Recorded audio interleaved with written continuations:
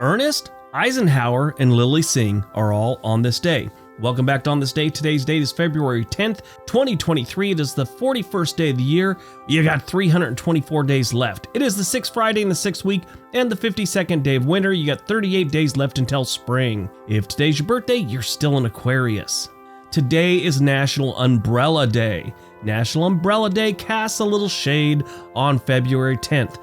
The day honors one of the world's most useful inventions, the umbrella. Side note, there's this weird thing here in Portland. If you use an umbrella, you're probably an outsider. They're very much all you need is a good rain jacket. It's weird, I know, but still.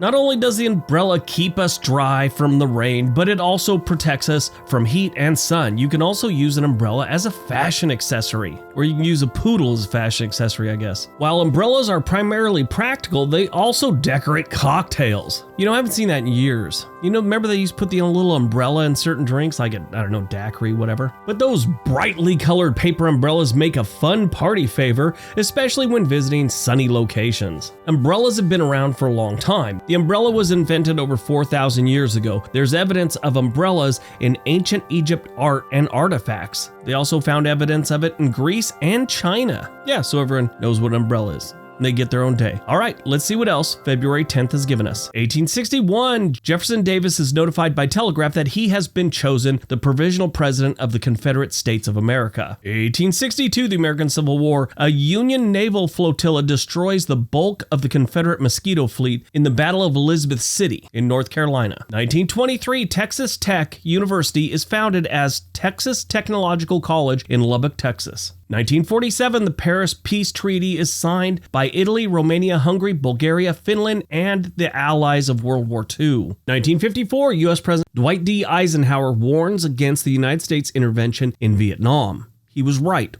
100%. When a guy that used to be a general during World War II tells you probably shouldn't get involved in another war, probably a good idea.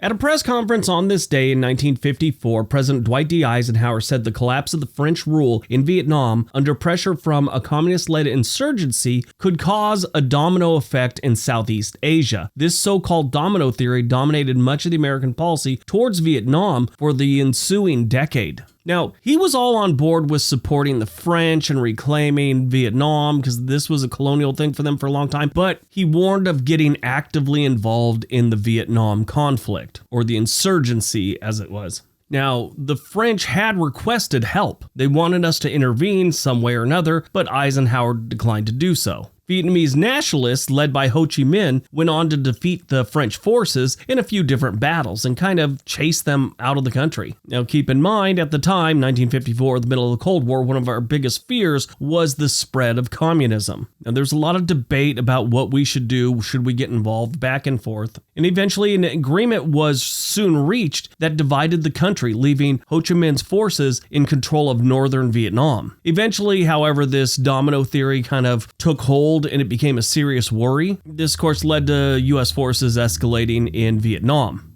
President Kennedy and Johnson both used this theory to justify calls to increase U.S. economic and military assistance to non-communist South Vietnam. And finally, U.S. armed forces got completely involved by 1965. 1967, the 25th Amendment of the United States Constitution is ratified. 2021, the traditional carnival in Rio de Janeiro, Brazil, is canceled for the first time because of the COVID-19 pandemic. Movies released on February 10th, 2016, A Trip to Unicorn Island. Now, this really wasn't as big a movie, or it kind of wasn't a movie. It starred one of YouTube's biggest stars, her name's Lilly Singh, and it was a documentary about her going on a 27-city world tour. Now, she was huge at the time, probably the #1 creator on YouTube. YouTube was coming out with their new YouTube Red, which is now Premium YouTube or whatever it is. And this is one of the first shows that they actually had on there. And it was really interesting. Lilly Singh isn't my type of channel, and I didn't really watch it, but I kind of admire her for how big her channel got. This, of course, translated into her getting a late show on, NBC, CBS, or something like that, and it was horrible.